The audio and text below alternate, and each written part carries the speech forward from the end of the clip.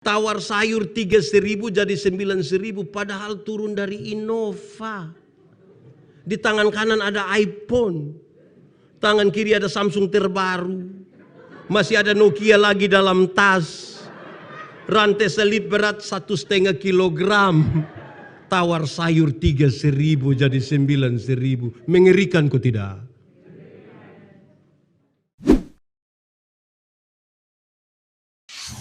Bapak Ibu Saudara-saudara yang dikasihi dalam Tuhan Yesus, tema kita hari ini adalah cinta kasih Kristus menggerakkan persaudaraan. Pembacaannya terambil dari surat pertama Petrus pasal 1 ayat yang ke-22. Pertama Petrus pasal 1 ayat yang ke-22, firman Tuhan berkata demikian. Karena kamu telah menyucikan dirimu oleh ketaatan kepada kebenaran, sehingga kamu dapat mengamalkan kasih persaudaraan yang tulus ikhlas. Hendaklah kamu bersungguh-sungguh saling mengasihi dengan segenap hatimu. Demikian firman Tuhan. Berbahagia setiap orang yang mendengar firman, memelihara dan melakukan dalam hidup setiap hari. Shalom. Saya menyapa juga yang mengikuti ini secara virtual di rumah. Shalom buat kita semua. Salam sehat. Salam sukacita. Bongimelo. Mantap. Saya rasa saya mulai lancar ini. Baik saudara-saudara, saya ingin mengatakan begini. Natal itu secara kasat mata, Natal itu sebuah tontonan yang indah. Secara kasat mata Natal itu tontonan. Kenapa saudara bayangkan bahwa kisah Natal dimulai dari ada bintang berekor yang berjalan. Saya yakin kalau ada bintang yang lain sendiri hari ini, orang akan melihat dengan seksama. Berbicara, bercerita, buat status, pakai story dan lain sebagainya. Enak untuk ditonton. Kisah Natal dimulai dari ketika para malaikat itu mereka menyanyi. Kalau kita identikan malaikat itu dengan manusia, kalau dia perempuan pasti cantik. Kalau dia laki-laki pasti ganteng. Pakaiannya bagus-bagus. Suaranya bagus kok tidak? Bagus. Menyanyinya di mana? Hutan. Malaikat yang bagus itu. Yang pakaian bagus. Segala sesuatu bagus. Menyanyinya di mana? Hutan. Pasti ada pesan yang kuat di situ. Apa itu? Nyanyian para malaikat tidak boleh dipisahkan dari kisah dalam Kejadian pasal 4. Apa yang terjadi di sana? Di padang belantara itu, di hutan itu. Di mana mestinya kakak adik itu duduk bersama-sama dengan baik. Justru di padang itu Kain tega sekali membunuh adiknya Habel. Maka nyanyian perdamaian itu mulai dari padang di mana kakak adik itu mengalami pertengkaran yang serius dan saling berupaya untuk menghilangkan. Sehingga Natal itu dimulai dari situ. Secara kasat mata, Natal enak untuk ditonton. Tetapi Natal itu bukan sebuah tontonan. Natal bukan sekedar sebuah tontonan. Natal itu selanjutnya sebagai sebuah tuntunan. Orang yang merayakan Natal mestinya dituntun. Dituntun untuk apa? Untuk berjumpa dengan Kristus bayi Natal itu. Dan dihentar kepada Kristus. Kepada Tuhan. Jadi kalau kita hanya merayakan sebuah perayaan Natal tanpa tuntunan, kita baru jadi tontonan biasa. Dan orang lain mungkin akan membuatnya lebih meriah, lebih indah dari kita semua. Ada amin. Sampai di situ tidak. Natal itu tontonan, tetapi sekaligus sebuah tuntunan. Bukan sampai di situ saja, sekaligus Natal itu sebuah tantangan. Natal itu sebuah tantangan bagi kita. Tantangan seperti apa saudara-saudara? Tantangan kita hari ini adalah tema kita. Tema kita apa? Kasih Kristus. Cinta kasih Kristus menggerakkan persaudaraan. Jadi setiap orang yang merayakan Natal hari ini, mestinya dia dituntun untuk melakukan hal ini. Oleh karena cinta kasih Kristus itu, kemudian persaudaraan itu makin baik. Kenapa saudara? Hidup kita hari ini bermasalah dengan kualitas persaudaraan. Bermasalah di situ. Kita mungkin kakak adik. Tapi belum tentu punya hati yang baik. Saya membayangkan Natal dulu ketika kita masih di kampung itu. Kan enak sekali kita di kampung. Ada lagu-lagu Natal, ada baju baru, ada segala macam. Kakak adik itu bisa bertengkar hanya karena perayaan Natal itu banyak, lantas bajunya kurang. Terus adik ambil kakak punya, kakak ambil adik punya, dan mereka bertengkar. Pernah mengalami itu? Pernah. Enak sekali itu, kakak adik di situ. Tapi sayang kita yang dulunya begitu akrab, sekarang ketika masing-masing mulai menikah, kan kita mulai menjauh satu dengan yang lain. Istri bersama dengan suami, sepertinya ada jarak antara kakak adik di situ. Ini tantangan kita hari ini. Pandemi COVID membuat kita saling berjauhan satu dengan yang lain. Duduk jaga jarak. Perkembangan ilmu pengetahuan dan teknologi semakin menarik. Semua kan punya handphone. Handphone berhasil mendekatkan orang-orang jauh dan menjauhkan yang di Jakarta juga begitu.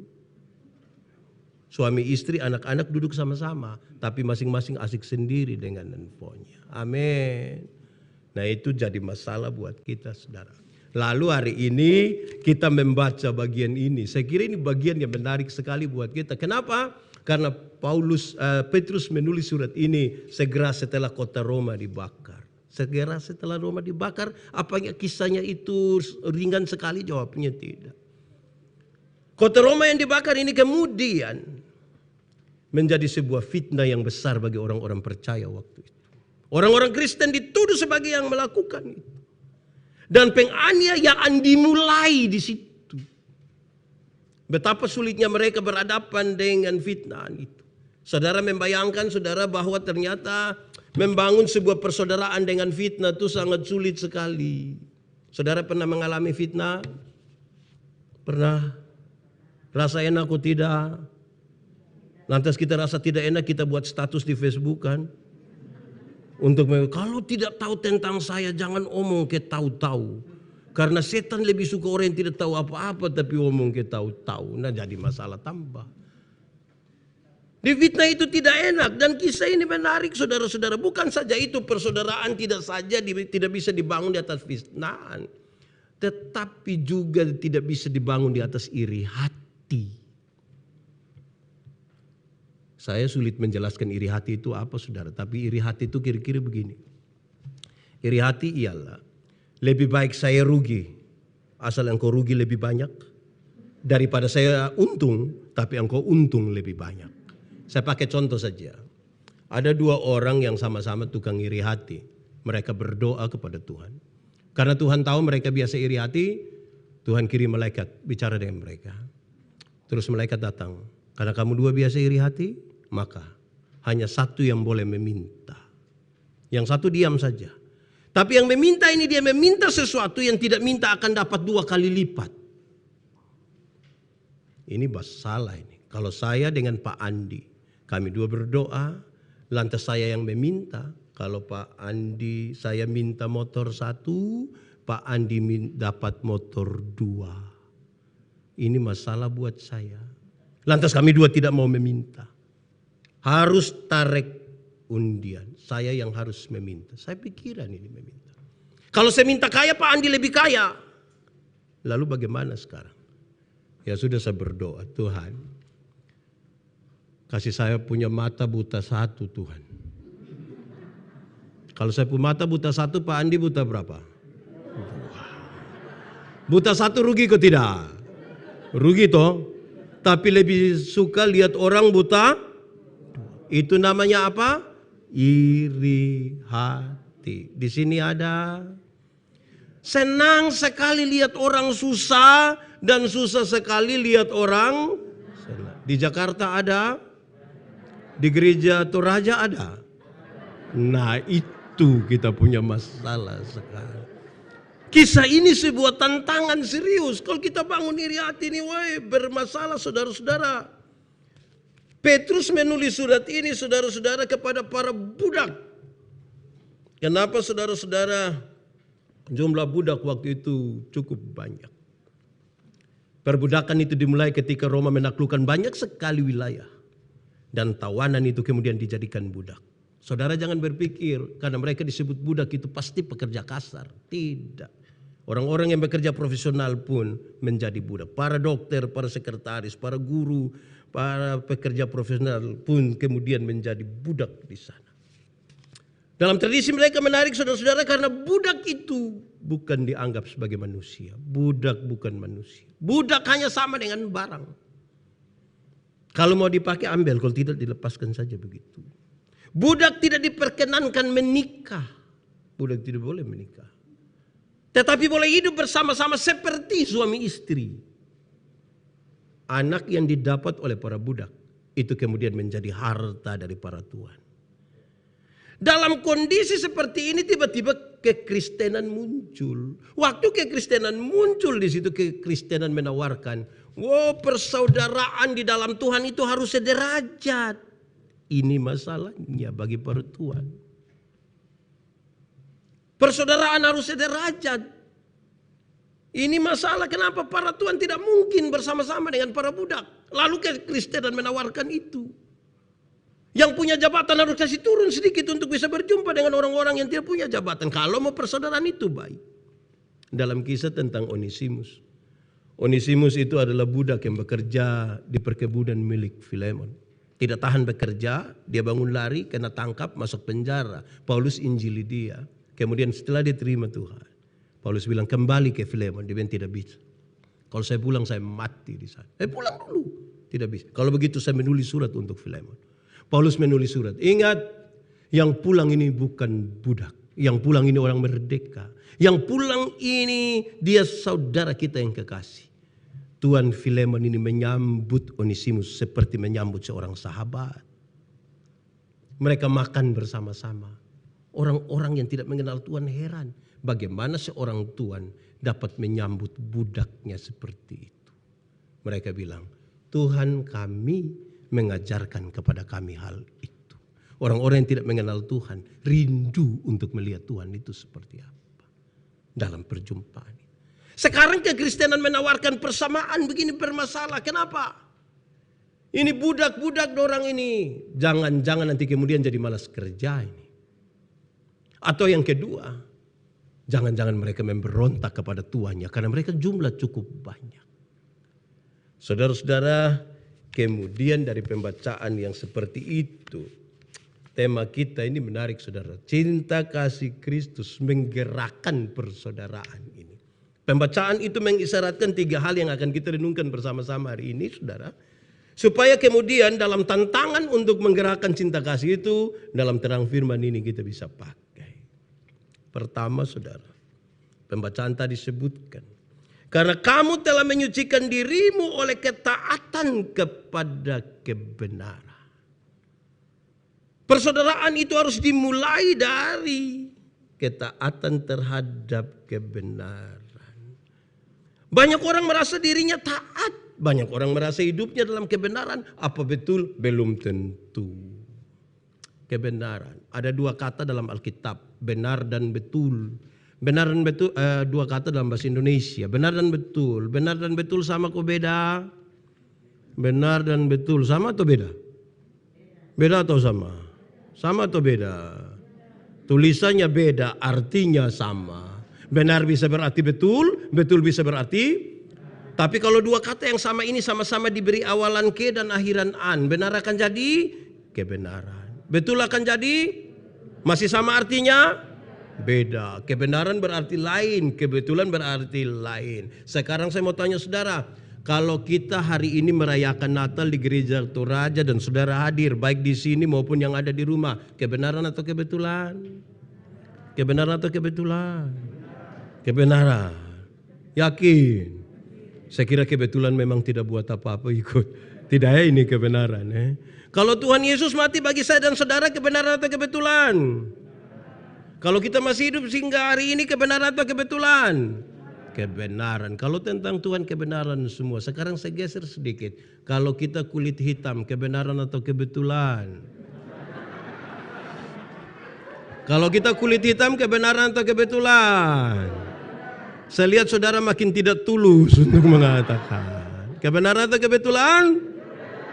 Kalau kita rambut keriting, orang Toraja ada yang keriting tidak? Ada. Kebenaran atau kebetulan? Kebenaran atau kebetulan? Saya berkhotbah dalam banyak sekali acara mendorong budaya positif Valentine. Saya bilang begini, di hari kasih sayang ini, yang paling menikmati belayan seorang suami adalah mereka yang rambut keriting. Bukan yang rambut lurus. Bukan. Bisa begitu Pak Pendeta? Iya, yang rambut lurus itu dibelai tidak terlalu indah lah. Mungkin karena lurus terus kita bilang sayang. Itu biasa saja, itu ringan saja. Yang keriting itu menarik kalau dibelai. Sasa sayang lebih dapat. Jadi jangan gelisah hanya karena kita rambut keriting. Amin kok. Kalau istri kita cerewet sekali, kebenaran atau kebetulan? Yang ini bapak-bapak ikhlas ini. Iya, ini masalah saudara-saudara. Ini sulit kenapa? Ya untunglah orang-orang Toraja itu orang putih-putih ya. Kadang-kadang saudara-saudara ada dua hal. Ini sebenarnya persoalan dosa kita adalah kadang-kadang kita merasa kalau kulit putih itu lebih bagus dari kulit hitam. Kita nonton semua iklan kecantikan kulit dan kita temukan seolah-olah kita diarahkan untuk ambil kesimpulan kalau kulit putih lebih bagus dari kulit hitam. Akhirnya kalau yang kulit putih berdiri di depan itu yang kulit hitam akan begini. Tidak bisa. Ada lagu dulu bilang biarlah yang hitam, jangan harapkan mau pakai okir juga tidak bisa. Kalau kita pakai pemutih paling-paling di sini, di bawah hitam lagi dan saudara bisa lebih gelisah. Nah, saudara-saudara. Nah, mari kita lihat kebenaran dalam Alkitab. Tuhan Yesus itu kan menyebut dirinya kebenaran. Dia menyebut 3. Akulah jalan, aku kebenaran, aku hidup. Kalau ini dijelaskan panjang lebar sekali. Tapi saya ingin cepat-cepat saja untuk menjelaskan ini. Pertama ketika Yesus ingin menyebut dirinya jalan. Jalan itu akulah metode, akulah cara, akulah contoh. Jangan gelisah hatimu kan tidak ada persoalan yang tidak bisa diselesaikan di dalam nama Tuhan.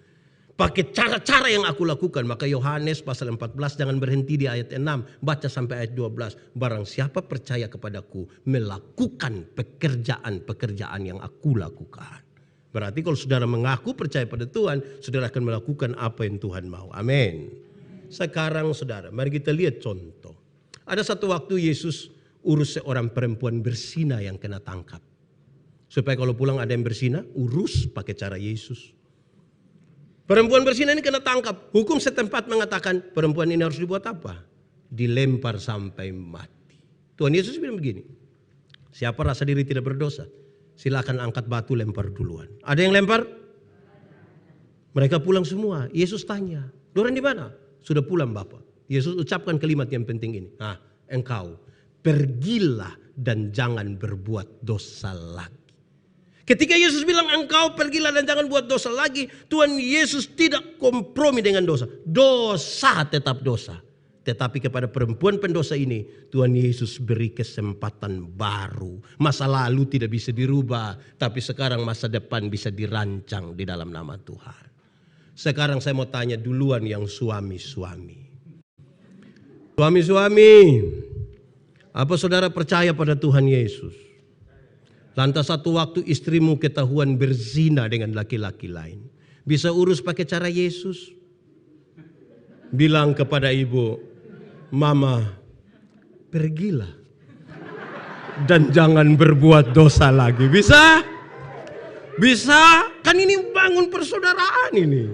Bisa? Kami orang-orang NTT saya kira sama dengan orang Toraja yang laki-laki. Suara kami kan tinggi-tinggi. Pasti bukan bilang Mama pergilah dan jangan buat dosa lagi. Pasti bilang Mama pergilah dan jangan pulang lagi. Paling-paling. Sekarang saya mau tanya yang ibu-ibu. Ibu-ibu. Percaya Tuhan Yesus. Lantas ada satu waktu suamimu ketahuan berzina dengan perempuan lain. Bisa urus pakai cara Yesus? Bisa bilang kepada suami, Papa, pergilah dan jangan berbuat dosa lagi. Itu pasti Papa bilang puji Tuhan. Banyak ibu-ibu tidak begitu. Ketika ketahuan suaminya berzina, dia bukan bilang pergilah dan jangan buat dosa lagi. Ada banyak hal yang kami urus tuh, banyak ibu-ibu mereka berdiri di pintu. Terus pakai bahasa Kupang dia bilang begini, lu kira lu sendiri yang bisa? Jangan lihat umur 40 tahun begini papa, tapi berapa yang kecewa. Nah ini kalau urus pakai cara begini tidak jadi. Ada banyak contoh tentang cara-cara Yesus supaya ketika berjumpa dengan masalah orang bisa, itu tentang jalan. Tentang kehidupan, akulah hidup. Hidup ini sesuatu yang dinamis, terus berubah, terus berubah. Hari ini kita bertemu, buku yang kita baca, kita diamkan 20 tahun, kita baca kemudian tidak berubah satu nokta pun. Tapi manusia terus berubah, terus berubah, terus berubah. Jangan hari ini begini dan tidak pernah berubah. Oke, sekarang ketika bicara tentang kebenaran. Kebenaran dalam Alkitab itu punya 3 dimensi ini. Supaya setiap orang yang mengaku punya kebenaran, dalam kebenaran harus diukur apakah 3 hal ini ada di dalamnya atau tidak. 1, kebenaran itu berdimensi legal. Legalitas. Ikut aturan. Semua bentuk pelanggaran terhadap aturan tidak benar. Dan orang-orang yang percaya kepada Tuhan, yang percaya dan taat kepada kebenaran, mesti ikut aturan. Legalitas yang dibangun di atas pulihnya hubungan antara manusia berdosa ini dengan Tuhan Allah. Saudara pernah naik motor? Pernah. Lantas saudara pakai helm, ada SIM, STNK ada, lampu-lampu matap, kaca spion ada. Kalau ada operasi lalu lintas, berani masuk? Berani, karena ikut aturan. Coba SIM tidak ada, STNK tidak ada, lampu-lampu tidak ada, kaca-kaca tidak ada, semua ada operasi, berani pergi. Kenapa saudara tidak pergi? Takut kan? Ikut aturan itu baik. Kita pakai lengkap, ada helm, STNK, SIM semua lengkap. Ada operasi lalu lintas itu masuk. Kalau mereka tidak tahan kita putar kembali. Polisi tanya, kenapa kembali? Pak, tolong tilang saya. Karena saya ikut aturan. Kebenaran dalam Alkitab punya dimensi legal. Kedua saudara-saudara, kebenaran dalam Alkitab itu punya dimensi moral. Moralitas. Moralitas itu apa? Kesatuan antara pikiran, perkataan, dan perbuatan. Itu moralnya di situ. Kenapa? Karena semua yang kelihatan baik belum tentu dibangun di atas motivasi yang benar. Belum tentu. Ingat, tidak semua senyum tulus. Tidak. Datang kita bisa bilang, salam. Semua bilang, salam. Kita lewat, bahaya itu. Tidak semua senyum tulus. Makanya Paulus bilang, apapun yang kamu perbuat, perbuatlah dengan segenap hatimu seperti untuk dan bukan untuk. Itu moralnya di situ. Kesatuan antara pikiran, perkataan sekaligus perbuatan. Kenapa? Karena ada banyak orang pikir lain, omong lain, buat lain. Hasilnya kelainan. Ya saudara, kalau ketemu orang kelainan karena tidak sinkron antara apa yang dia pikirkan, apa yang dia ucapkan, dan apa yang dilakukan. Moral itu di situ. Dan saya kira itu serius. Kenapa? Karena kita sering melihat banyak orang. Ketiga saudara-saudara, kebenaran itu berdimensi sosial. Sosialitas. Kepekaan. Untuk turut mengambil bagian dalam penderitaan orang lain. Bahasa sekulernya adalah solidaritas. Kenapa saya harus solidar dengan Anda? Karena Tuhan lebih duluan solidar. Kenapa saya harus mengasihi seseorang? Karena Tuhan lebih dahulu. Karena Tuhan lebih dahulu. Tapi saudara, mari kita jujur. Solidaritas kita kadang-kadang bermasalah. Sangat bermasalah. Boleh jawab. Pernah tawar barang di swalayan? Pernah? Saudara pernah tawar barang di mall? Pernah? Tidak ya. Tawar itu berani ada yang taruh, memalukan sekali. Ya toh? Pemilik swalayan, pemilik mall, orang kaya atau orang miskin? Kaya. Beli di orang kaya tidak tawar. 99.900 kasih 100.000. Dia kasih kembali permen satu, kau dapat saja ukur saya. Itu beli di orang kaya. Tapi coba kalau pagi-pagi ke pasar. Beli sayur di nenek-nenek satu. Itu nenek susah. Mungkin pulang jual sayur dia sudah mati. Itu tawar kok tidak? Oh tawar Saya kira di Jakarta, di Tangerang tidak tawar. Itu penawaran itu mengerikan. Nenek, sayur berapa? Nenek sudah senang. Nenek bilang, oh 3.000. Yang tawar sengaja kaget. 3.000? Bisa 9.000. Kadang-kadang di Kupang itu tambah satu kalimat pendek. Bisa 9.000, nenek dong tanam sendiri juga. Itu kalau saya yang jual saya bilang bawa saya tidak usah bayar, bawa saja. Tawar sayur 3.000 jadi 9.000 padahal turun dari Innova. Di tangan kanan ada iPhone.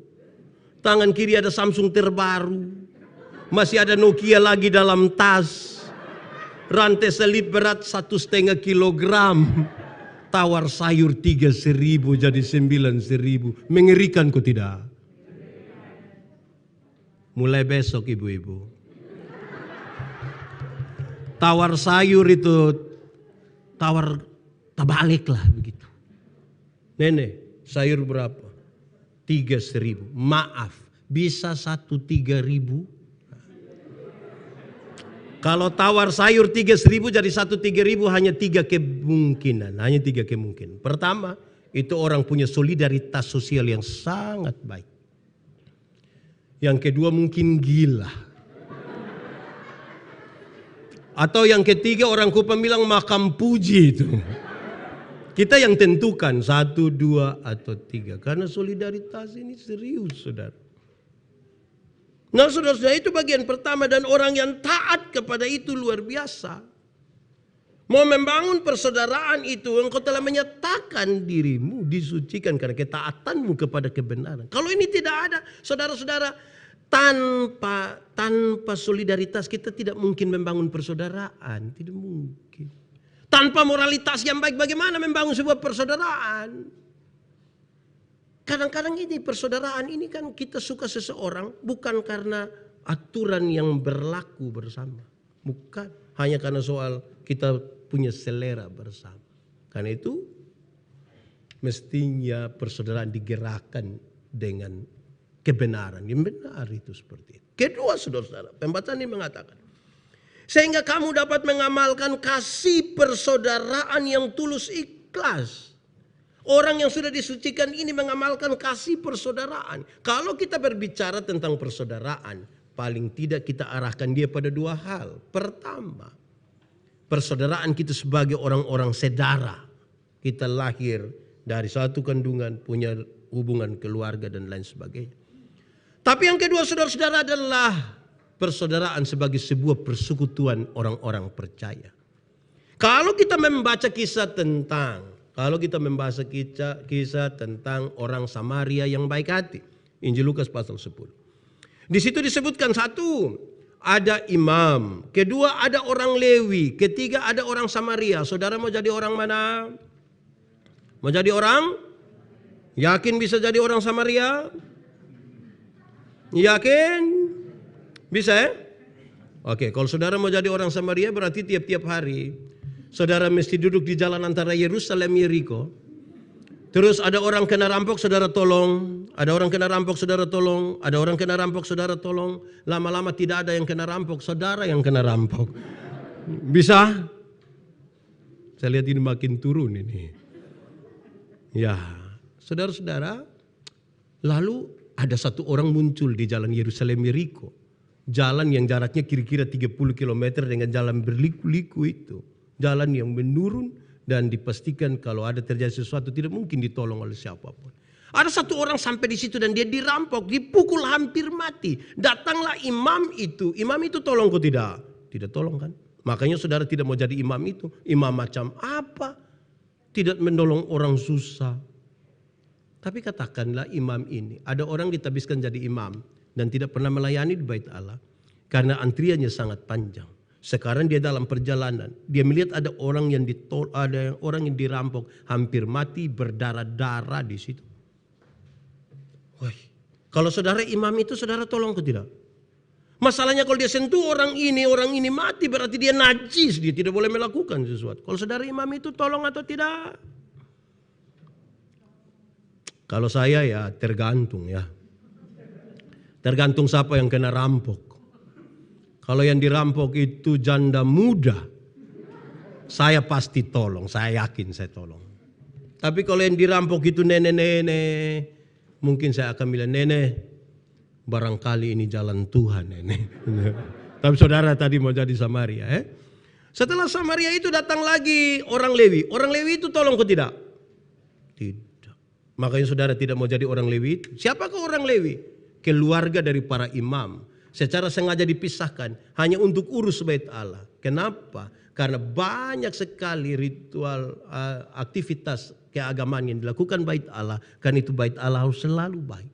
Sekarang ketika dalam perjalanan ke bait Allah ketemu dengan satu orang yang dirampok itu. Kok saudara orang Lewi itu tolong kok tidak? Lanjut. Lalu datanglah orang Samaria itu. Orang Samaria itu tolong kok tidak? Makanya saudara mau jadi orang yang baik itu kan. Karena dia bisa menolong. Sekarang saudara-saudara persoalannya adalah kata Samaria yang ditempatkan pada orang ketiga ini, itu masalahnya. Kenapa? Karena orang Yahudi tidak bergaul dengan orang Samaria. Siapakah mereka? Mereka orang satu keturunan. Mereka sama-sama keturunan Yakub. Tetapi sayang setelah Salomo mati, terjadi perebutan kekuasaan. Dan perebutan kekuasaan itu membuat keturunan keluarga besar ini menjadi pecah. 10 suku ada di utara di Samaria dan tinggal 2 suku di selatan. Mereka bertengkar sangat serius pada orang-orang bersaudara. Hanya karena persoalan politik. Persaudaraan mereka menjadi hancur. Ini jadi tantangan tersendiri. Kenapa? Karena ketika orang Samaria menyentuh sesuatu, tidak mungkin lagi disentuh oleh orang Yahudi. Dan pertengkaran itu serius. Waktu Yesus datang, mereka baru bertengkar kira-kira 700 tahun. Ini persaudaraan mau bagaimana? Anak-anak kecil itu kalau mereka bertengkar, 7 menit kemudian mereka berdamai. Tapi kalau orang tuanya yang bertengkar, kakak adik sekalipun, saya tidak tahu orang-orang Toraja, tapi kami orang NTT selalu bilang, 7 turunan saya tidak kenal saudara. Pernah dengar itu kalimat? Atau sendiri ucap? Ya. Tantangan itu. Wah, luar biasa. Orang Samaria, saya cepat mengatakan di sini. Orang Samaria itu melakukan 7 hal. 7 hal yang saya kira menarik sekali. Pertama, orang Samaria itu dia siram luka-luka orang itu pakai anggur. Alkohol yang ada pada anggur itu diharapkan dapat membersihkan itu virus. Rupa-rupanya orang Samaria ini dia jalan kemana-mana dia bawa anggur. Orang Toraja di sini ada yang jalan kemana-mana bawa anggur. Ada Kemungkinan besar dia Samaria itu. Ya dia sama. Setelah anggur itu dia oles luka-luka itu pakai minyak. Kemungkinan besar itu minyak zaitun. Karena salah satu fungsi terbaik dari minyak zaitun ialah menyembuhkan luka. Mantap. Untuk 2 pekerjaan ini dibutuhkan sedikit hati-hati. Hati-hati. Kan pasti dia bilang begini, tahan sedikit ya, tahan sedikit. Tidak mungkin dia bilang, makanya. Tidak mungkin dia bilang begitu kan. Setelah 2 itu dia ambil satu lagi. Dia ambil kain dan membalut luka-luka orang itu. Pertanyaannya, bisa saudara lakukan ini? Bisa? Pakai anggur, oles minyak, balut. Bisa? Yang tadi mau jadi orang Samaria bisa?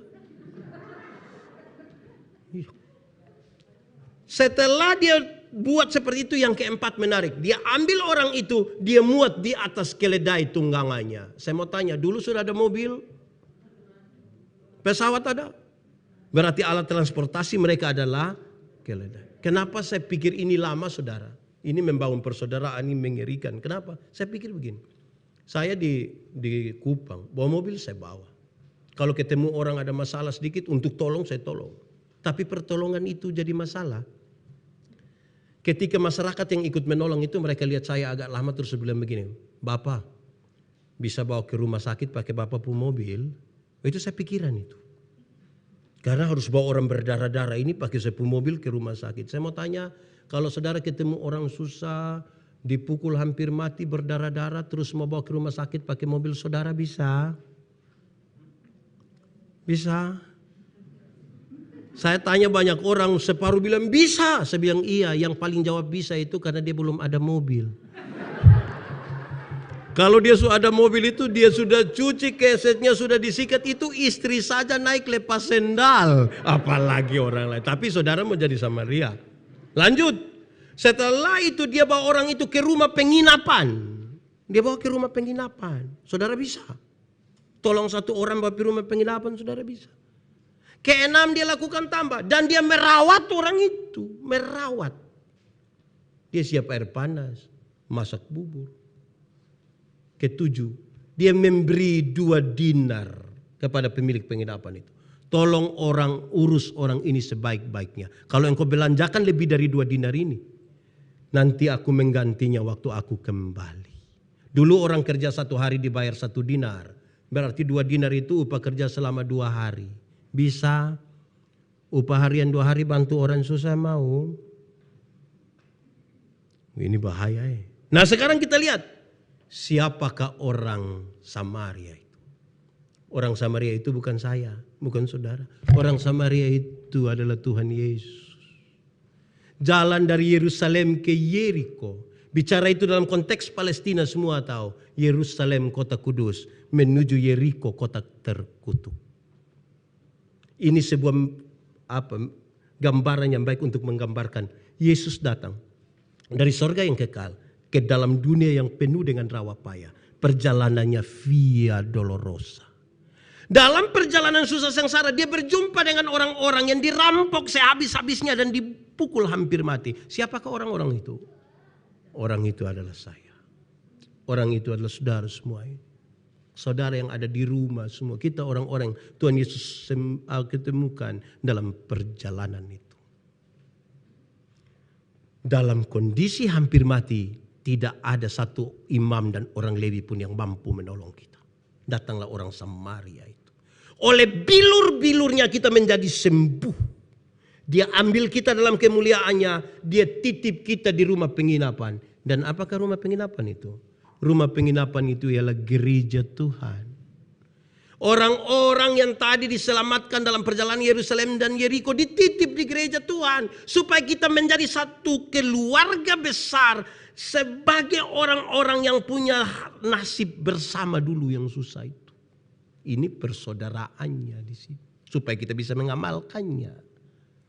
Tidak ada orang yang boleh sombong rohani di sini. Karena persaudaraan kita ini dibangun di atas perjumpaan dengan Tuhan Yesus dalam perjalanan Yerusalem Yeriko. Siapapun kita.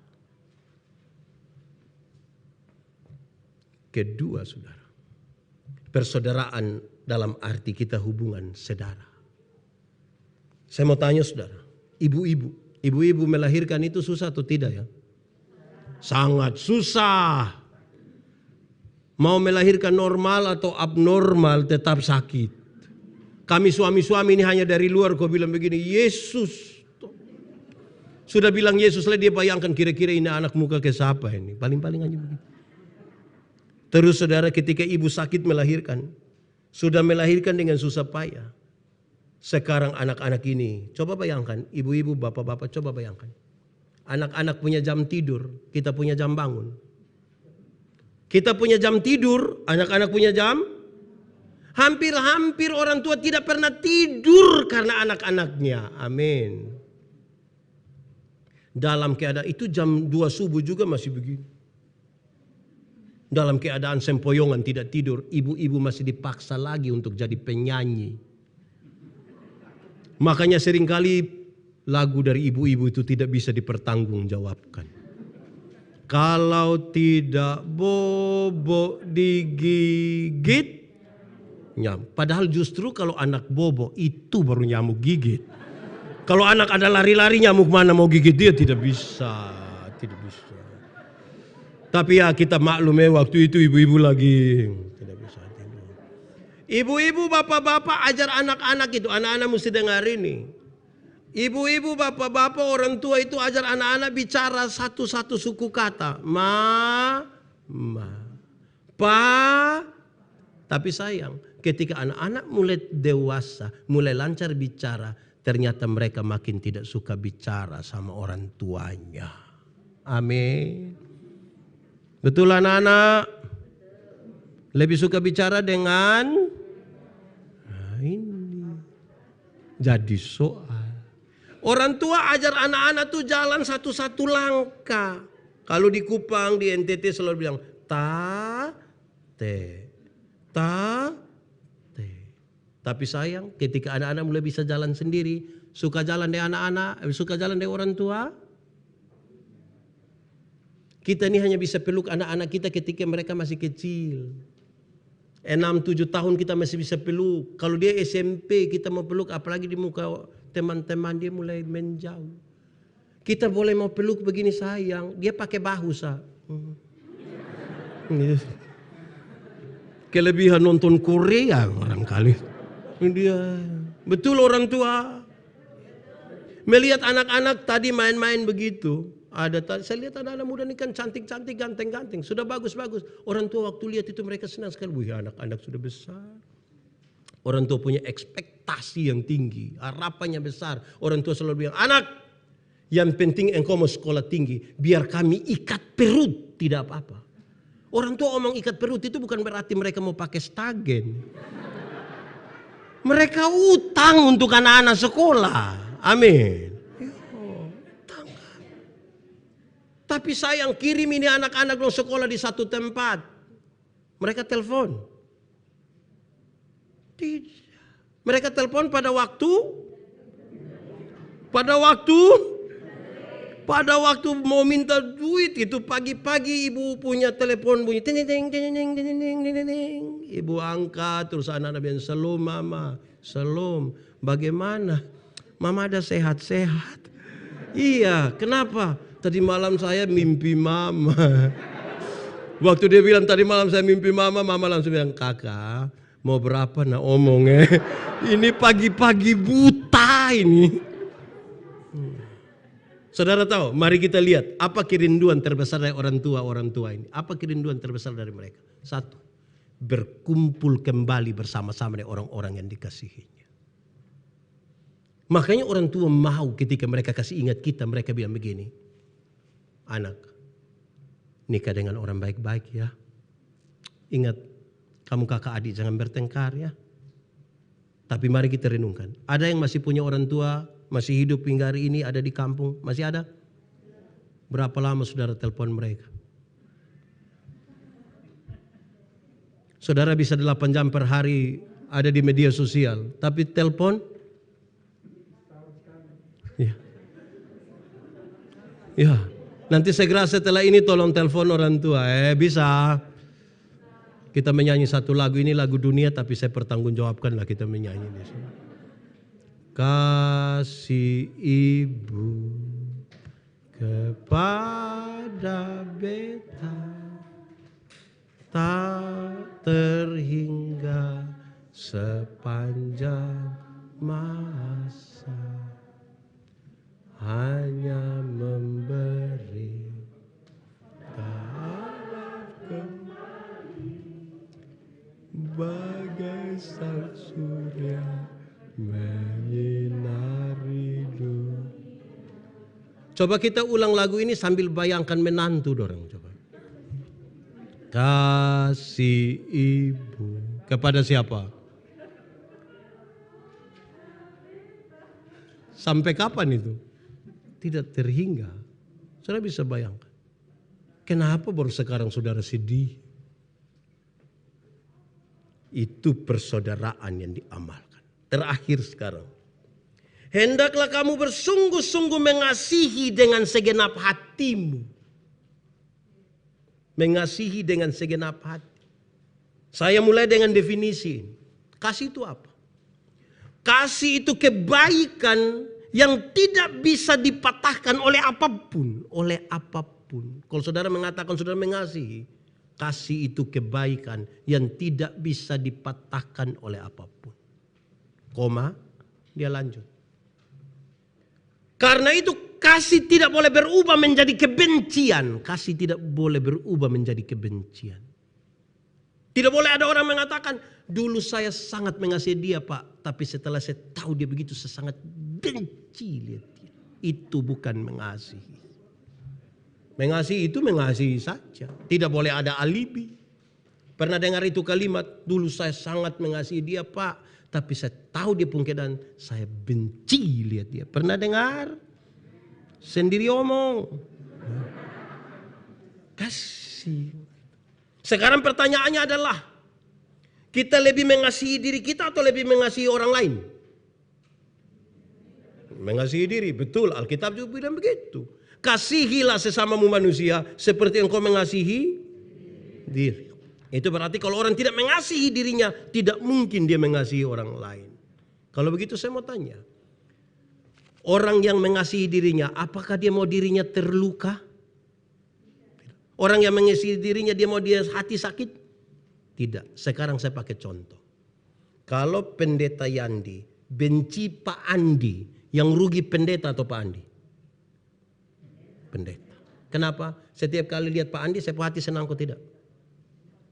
Tidak kan? Setiap kali orang bicara Pak Andi pun kebaikan, saya hati senang kok tidak? Setiap kali Pak Andi bilang, "Shalom Pak Pendeta," saya hati senang kok tidak? Kalau saya sayang saya punya diri, saya harus berhenti membenci Pak Andi.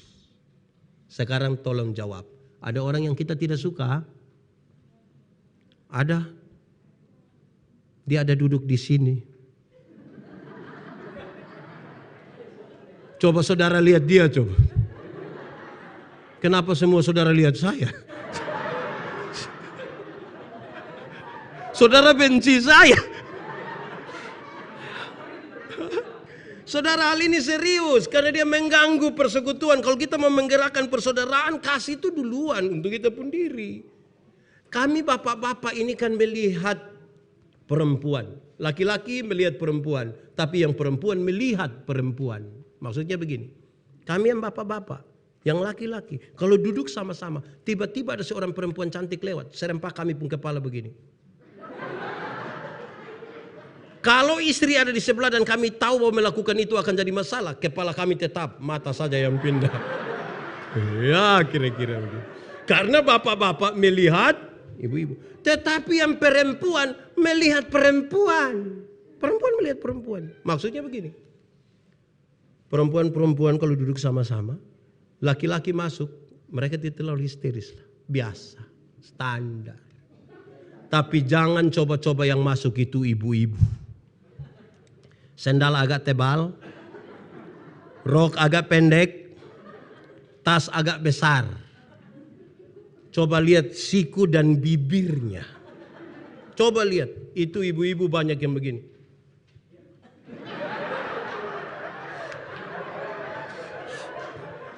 Betul. Di gereja Toraja ada. Itu ibu-ibu ada di sini. Oh tidak, mantap. Banyak yang begitu. Satu, kadang-kadang buat tiga. Satu, dua. Ini mau mengasihi apa? Orang-orang yang seperti ini, saudara, orang lain yang beli motor, dia yang tidak tidur di rumah. Ada yang beli motor terus dia bilang, tanya dulu kenapa? Dia kredit kokese. Di Jakarta ada yang begitu. Di gereja Toraja juga ada. Tidak ada lagi ya. Jadi supaya kita mengamalkan kasih yang sungguh-sungguh. Kasih itu begitu. Kasih itu bukan kata-kata. Kasih itu sebuah tindakan. Dan karena itu mestinya ini sebuah himbauan yang bagus. Hendaklah kamu sungguh-sungguh saling mengasihi.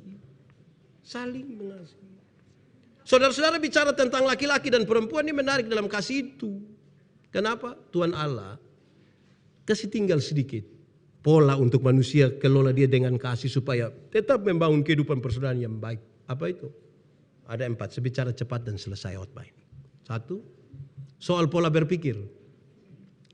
Laki-laki itu cenderung berpikir yang masuk akal saja. Sehingga kami bapak-bapak ini kalau bicara selalu bilang, saya pikir. Beda dengan ibu-ibu. Ibu-ibu lebih banyak pakai apa? Perasaan. Makanya ibu-ibu kalau bicara selalu bilang, saya rasa. Saya rasa. Bayangkan kalau kita menikah 20 tahun dan papa hanya saya pikir, mama hanya saya rasa, maka jangan-jangan orang Kupang akan tambah surasa. Hidup tidak bisa pakai apa yang kita pikirkan saja. Penyeimbangnya adalah perasaan. Hidup tidak bisa pakai perasaan saja. Penyeimbangnya adalah pikiran. Kalau perasaan ini bermasalah kalau kita pakai perasaan. Saya ingat saudara saya melayani di satu pulau bagian selatan di NTT. Kami biasa ibadah rumah tangga itu hari Senin, hari Rabu, hari Jumat. Kalau kami pergi mereka sudah buka tikar yang besar terus kami duduk bersila semua di situ. Tempat di mana pendeta duduk itu mereka taruh lampu yang besar. Kami mulai, waktu itu saya pergi jemaat sudah banyak. Kami mulai ibadah. Saya mulai berkhotbah, saya lihat mereka senyum-senyum. Mereka tertawa. Saya yakin khotbah ini mereka mengerti, masuk. Yang menarik adalah, kami setelah ibadah, mereka masih senyum-senyum. Saya mulai pikiran itu. Terus saya tanya, jemaat, iya Bapak, kenapa kamu senyum-senyum? Mereka tambah senyum lagi. Akhirnya saya tanya seorang diaken, Welmin Ceriu namanya. Saya bilang begini, Nadau, kamu senyum-senyum apa? Lantas dia ambil pulpen, dia tulis satu kertas kecil. Dia antar kasih saya. Saya penasaran betul. Waktu saya buka ternyata dia tulis, maaf, Bapak Purosleting tidak tarik. Saya marah itu. 1 jam kita duduk sama-sama. Saudara lihat ada masalah di saya. Saudara diam-diam itu. Saya mau tanya saudara. Kira-kira tadi ibadah mereka baik atau tidak? Baik atau tidak? Kenapa tidak baik? Ini karena soal perasaan saja ini. Mestinya dia kasih tahu saya. Ini masalahnya. Jadi harus diseimbang. Kedua, soal pola bekerja. Laki-laki itu cenderung pekerja tunggal. Kami laki-laki ini cenderung pekerja tunggal. Kami bapak-bapak itu hanya ke kantor saja. Tapi kami pulang kami rasa kami sudah kerja seluruh dunia dan segala isinya. Dia rasa capek betul. Beda dengan ibu-ibu. Ibu-ibu itu bangun pagi bisa siap anak-anak ke sekolah. Bisa siap apa ke kantor. Bisa siap diri sendiri.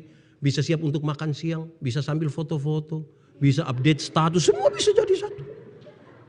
Karena polanya jamak. Ini bukan untuk dibandingkan. Tapi untuk dikelola. Bapak-bapak itu.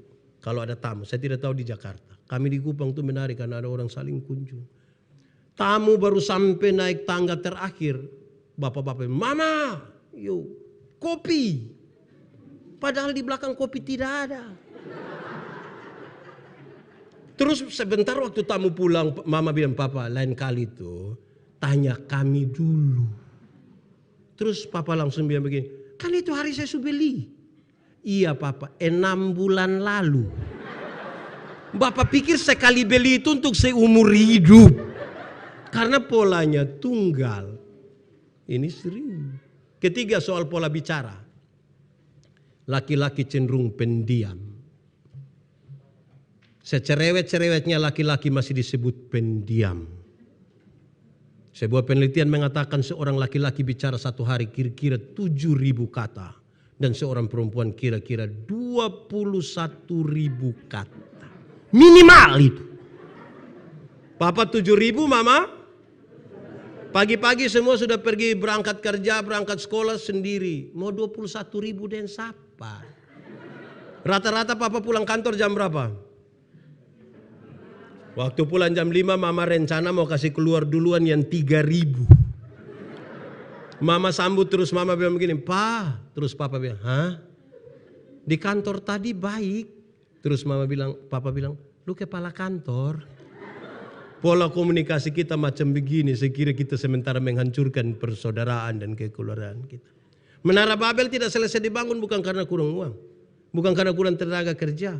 Bukan karena kurang apapun. Hanya karena terputusnya komunikasi di antara mereka. Untuk dikelola untuk sebuah persaudaraan. Terakhir, soal pola mengingat. Laki-laki itu cenderung cepat lupa. Kami bapak-bapak ini cenderung cepat lupa. Kami baru kunci mobil, jalan 30 meter terus kami kaget. Saya sudah kunci kok belum dia kunci ulang. Makanya ibu-ibu kami, bapak-bapak ini kalau di luar rumah kami lupa kalau kami ada istri. Maksudnya kalau kami bicara dengan teman kami lupa kalau ibu tunggu di rumah. Maksudnya begitu. Ibu jangan terlalu negatif juga lah. Itu beda dengan ibu-ibu. Karena ibu-ibu itu ingatannya tajam sekali. Setajam. Kalau ada bapak-bapak bilang begini, orang ke saya tidak pernah marah saya punya istri. Pasti yang protes istrinya. Istrinya akan bilang tidak pernah apa. Mama memang tidak pernah. Pernah. Yang mana? Yang itu hari itu. Dia ingat dari tahun 1900. Ibu-ibu ini jangan pinjam mereka pun Tupperware, mereka ingat. Ingat mati. Tidak bisa. Saya mau tanya yang anak-anak. Anak-anak pernah periksa papa mama punya pakaian kerja? Pernah? Yang paling banyak dapat uang tuh di papa punya atau mama punya? Papa. Papa pasti lupa 10.000, 20.000, 50.000. Jangan coba-coba periksa mama punya. Itu pekerjaan sia-sia. Usaha menjaring angin itu. Dalam hal inilah mama seturut dengan Alkitab. Di mana hartamu berada, di situ pola-pola ini sengaja Tuhan kasih tinggal di situ. Silakan kelola dalam cinta kasih yang besar. Hidup kita punya kualitas persaudaraan. Bukan sekedar karena kita sama-sama orang Toraja. Bukan sama-sama karena kita pernah bergabung bersama. Tapi ada kualitas kebersamaan karena kasih Kristus dalam kebenaran menggerakkan saya dan saudara. Mari kita tunduk kepala di hadapan Tuhan. Kita angkat hati kita. Firman Tuhan berkata kalau kamu dengar suaranya, jangan keraskan hatimu. Minta Roh Kudus lembutkan setiap hati yang keras. Dan biarlah firman ini akan menjadi kekuatan bagi kita. Menjamah, memulihkan, menolong. Kalau ada hal yang ingin saudara katakan, nyatakan itu dengan imanmu kepada Tuhan. Biar Tuhan menyentuh hati, Tuhan menolong kita semua.